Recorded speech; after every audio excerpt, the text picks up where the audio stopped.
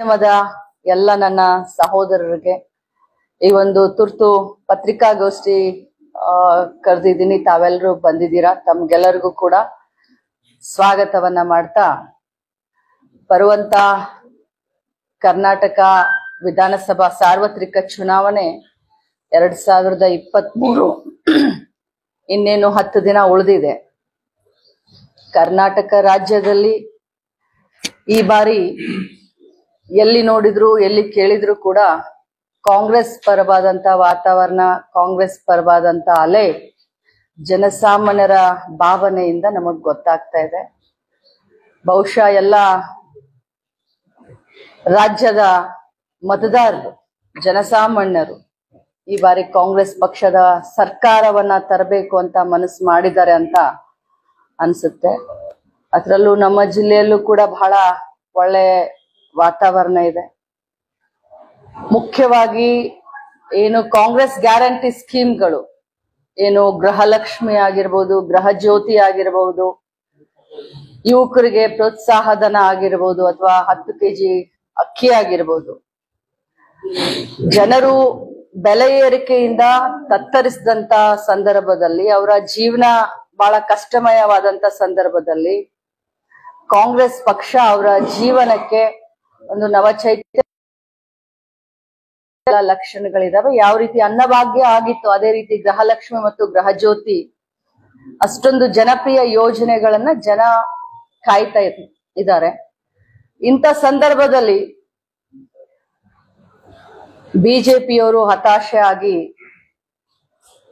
ಕರ್ನಾಟಕ ರಾಜ್ಯದಲ್ಲಿ ನನ್ನ ಆದಿಯಾಗಿ ಕೆಲವು ವಾಮ ಮಾರ್ಗಗಳನ್ನ ಹಿಡಿಯುವಂತ ಕೆಲವು ಸುದ್ದಿಗಳು ನಮಗೆ ತಲುಪಿದಾವೆ. ಅದರಲ್ಲೂ ಸುಮಾರು 50 ಅಭ್ಯರ್ಥಿಗಳ ಮೇಲೆ ಅಥವಾ ಅಭ್ಯರ್ಥಿಗಳ ಸಂಬಂಧಿಕರ ಮೇಲೆ ಲೋಕಾಯುಕ್ತರ ದಾಳಿ, ಇನ್ಕಮ್ ಟ್ಯಾಕ್ಸ್ ದಾಳಿಯನ್ನ ಮಾಡುವಂತ ಸುದ್ದಿಗಳು ನಮಗೆ ಬಂದಿದಾವೆ. ಯಾಕಂದ್ರೆ ಎಲ್ಲ ಇಲಾಖೆಗಳಲ್ಲಿ ಕಾಂಗ್ರೆಸ್ ಪರವಾಗಿರುವಂತವ್ರು ಮತ್ತು ನಮ್ಮ ವೆಲ್ವಿಷರ್ಗಳು ಇರ್ತಾರೆ.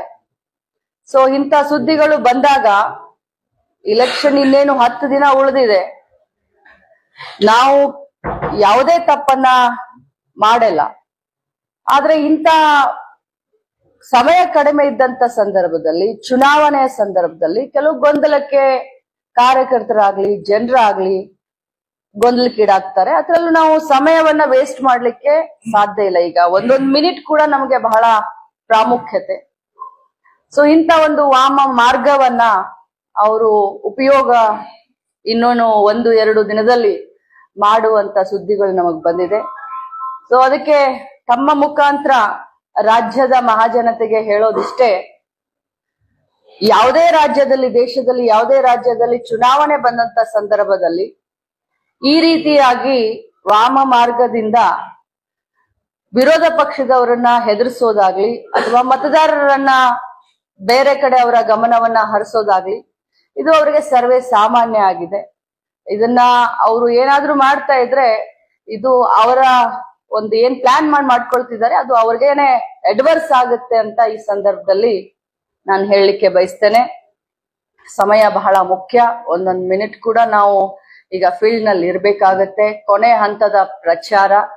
ಸೊ ಇಂಥ ಸಂದರ್ಭದಲ್ಲಿ ಇಂಥ ಮಾರ್ಗವನ್ನು ಅವ್ರ ಕೈ ಬಿಡಬೇಕು. ಸತ್ಯ, ಧರ್ಮ, ನ್ಯಾಯದ ಮಾರ್ಗದಲ್ಲಿ ಚುನಾವಣೆಯನ್ನ ಎದುರಿಸ್ಬೇಕು ಅಂತ ನಾನು ಹೇಳ್ತೀನಿ. ಮತ್ತು ರಾಜ್ಯದ ಜನತೆ ಕೂಡ ಇದನ್ನ ಗಮನಿಸ್ತಾ ಇದೆ ಅಂತ ಹೇಳಲಿಕ್ಕೆ ಬಯಸ್ತೇನೆ.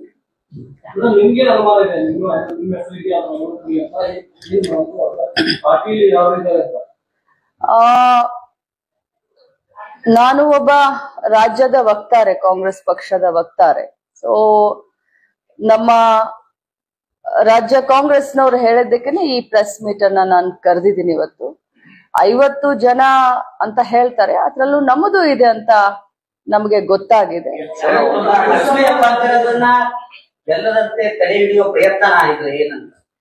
ಅವರು ಆಯಾ ಮಾರ್ಗವನ್ನ ಕೊನೆ ಹಂತದಲ್ಲಿ ಉಪಯೋಗ ಮಾಡ್ಬೇಕು ಅಂತ ನೋಡ್ತಾ ಇದ್ದಾರೆ. ಗೆಲ್ಲದಂತೆ ತಡೆಯುವಂತದ್ದು ಯಾರ ಕೈಯಲ್ಲೂ ಇಲ್ಲ. ಅದು ನನ್ನ ಕ್ಷೇತ್ರದ ಮತದಾರರ ಕೈಯಲ್ಲಿದೆ.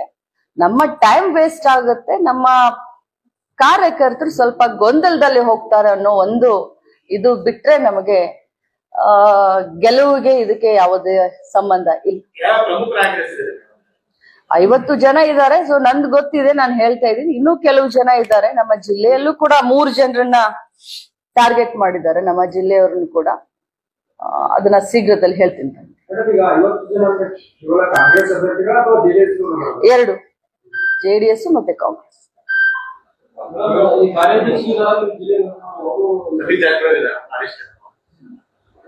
ಮೂರು ಜನಗಳಿದ್ದಾರೆ.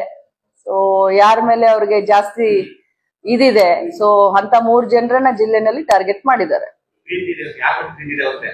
ಖಂಡಿತವಾಗ್ಲು ಯಾರ ಮೇಲೆ ಪ್ರೀತಿ ಜಾಸ್ತಿ ಇದೆ ಅಂತವ್ರ ಮೇಲೆ ನಮ್ಮ ಜಿಲ್ಲೆಯಲ್ಲಿ ಕೂಡ 3 ಜನರ ಮೇಲೆ ಇದನ್ನ ಮಾಡ್ತಾ ಇದ್ದಾರೆ. ಅದು ತಾವುಗಳು ಬಹಳ ಸ್ಮಾರ್ಟ್ ಇದೀರ, ತಮಗ್ ಗೊತ್ತಾಗುತ್ತೆ ಯಾರ್ಯಾರು ಅಂತ ಹೇಳಿ.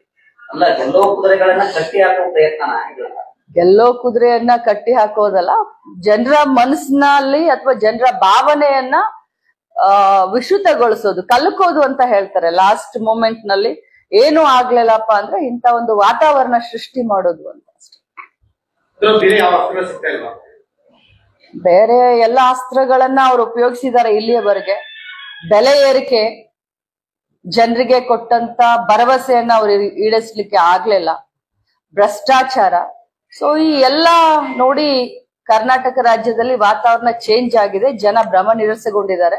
ಸೊ ಅದಕ್ಕೆ ಈ ರೀತಿ ಮಾಡಕ್ಕೆ ಹೊರಟಿದ್ದಾರೆ. ನೋಡಿ, ಮುಂಚೆಯಿಂದನೂ ನಮ್ಮ ರಾಜ್ಯದ ಇನ್ಚಾರ್ಜ್ ಜನರಲ್ ಸೆಕ್ರೆಟರಿ ಅವರು ಒಂದು ಪ್ರೆಸ್ ಮೀಟ್ ಮಾಡಿದ್ರು. 1,000 ಜನ ಇನ್ಕಮ್ ಟ್ಯಾಕ್ಸ್ ದವ್ರು ಕರ್ನಾಟಕಕ್ಕೆ ಬಂದಿದ್ದಾರೆ ಅಂತ. ತಮಗೇನಾದ್ರೂ ನೆನಪಿದ್ರೆ 15 ದಿನದ ಹಿಂದೆ. ಸೊ ಎಲ್ಲ ಅವರು ಮೆಷಿನರಿಗಳನ್ನ ಯೂಸ್ ಮಾಡುವಂತ ಎಲ್ಲ ಸಾಧ್ಯತೆಗಳಿದಾವೆ.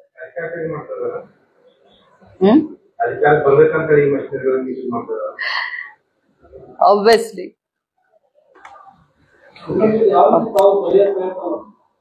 ನಾವೇನ್ ತಪ್ಪೇ ಮಾಡಿಲ್ಲ ಸರ್.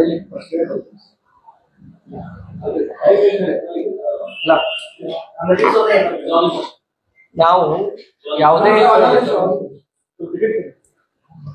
ಸರ್ಸ್ಲಾ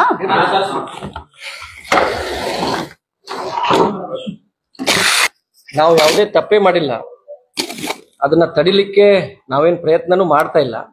ಈ ಒಂದು ಇಂಥ ಒಂದು ವಿಷಯವನ್ನ ರಾಜ್ಯದ ಜನತೆಗೆ ನಾವು ತಿಳಿಸ್ಬೇಕಾಗತ್ತೆ. ಯಾಕಪ್ಪ ಅಂತಂದ್ರೆ ಜನತೆ ಕೂಡ ಅವರ ಈ ಕೆಲಸಗಳನ್ನ ಏನು ವಾಮ ಮಾರ್ಗ ಹಿಡಿತಾ ಇದ್ದಾರೆ ಅದ್ರ ಮೇಲೆ ಅವರು ಗಮನ ಕೊಡ್ಬೇಕಾಗತ್ತೆ. ಮತ್ತೆ ತಕ್ಕ ಉತ್ತರವನ್ನ ರಾಜ್ಯದ ಜನತೆ ಕೂಡ ಕೊಡ್ಬೇಕಾಗತ್ತೆ. ಪ್ರತಿಯೊಂದು ರಾಜ್ಯದಲ್ಲಿ ಚುನಾವಣೆ ಸಂದರ್ಭದಲ್ಲಿ ಈ ರೀತಿ ವಿರೋಧ ಪಕ್ಷದವರ ಮೇಲೆ ಈ ಸಂಸ್ಥೆಗಳ ದುರ್ಬಳಕೆ ಸರ್ವೇ ಸಾಮಾನ್ಯವಾಗಿದೆ. ಇಂಥ ಒಂದು ಮಾರ್ಗವನ್ನು ಅವ್ರು ಕೈ ಬಿಡಬೇಕು. ರಾಜ್ಯದ ಜನತೆ ಮುಂದೆ ನ್ಯಾಯಯುತವಾಗಿ ಚುನಾವಣೆಗೆ ಹೋಗ್ಬೇಕು. ಜನತೆ ನಿರ್ಧಾರ ಮಾಡಲಿ, ಪ್ರಜಾಪ್ರಭುತ್ವದಲ್ಲಿ ಜನತೆ ನಿರ್ಧಾರ ಮಾಡಲಿ. ಇಂಥ ಒಂದು ವಾಮ ಮಾರ್ಗವನ್ನು ಬಿಡಬೇಕ ಅಂತ ಮಾನ್ಯ ಶಾಸಕರು ತಮ್ಮ ಮುಖಾಂತರ ರಾಜ್ಯದ ಜನತೆಗೆ ಹಾಗೂ ಬಿಜೆಪಿಗೆ ಒಂದು ಸಂದೇಶವನ್ನು ಕಳಿಸ್ಬೇಕಂತ ಸುದ್ದಿಗೋಷ್ಠಿಯನ್ನು ನಾವು ಮಾಡಿದ್ದೇವೆ. There is confusion over the candidate of CM. As we are thinking about that Congress will go over the state, there is a bit confusion over the face of CM. What is your opinion about CM candidate? Absolutely, there is no confusion. Already our CLP leader and Honorable DK Shivkumar ji, AICC in charge, they have already cleared it. In Congress, there is no culture of announcing the CM candidate before the elections. Once the elections are over, there will be our legislative council party meeting. In that, our leader will be selected by the elected legislative members. So there is no confusion. We are very clear. Once the elected members are there, they select, and then the same name will be sent to the High Command, and then the CM name will be declared.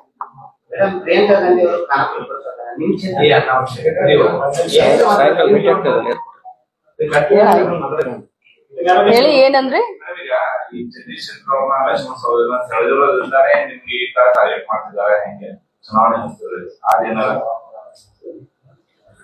ಅದು ಒಂದು ಅವ್ರ tactics, ಅದು ಇದ್ರೂನು ಇರಬಹುದು.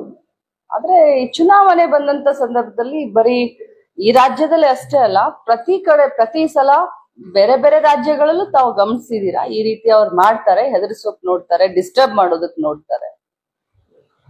ಅಷ್ಟೇ.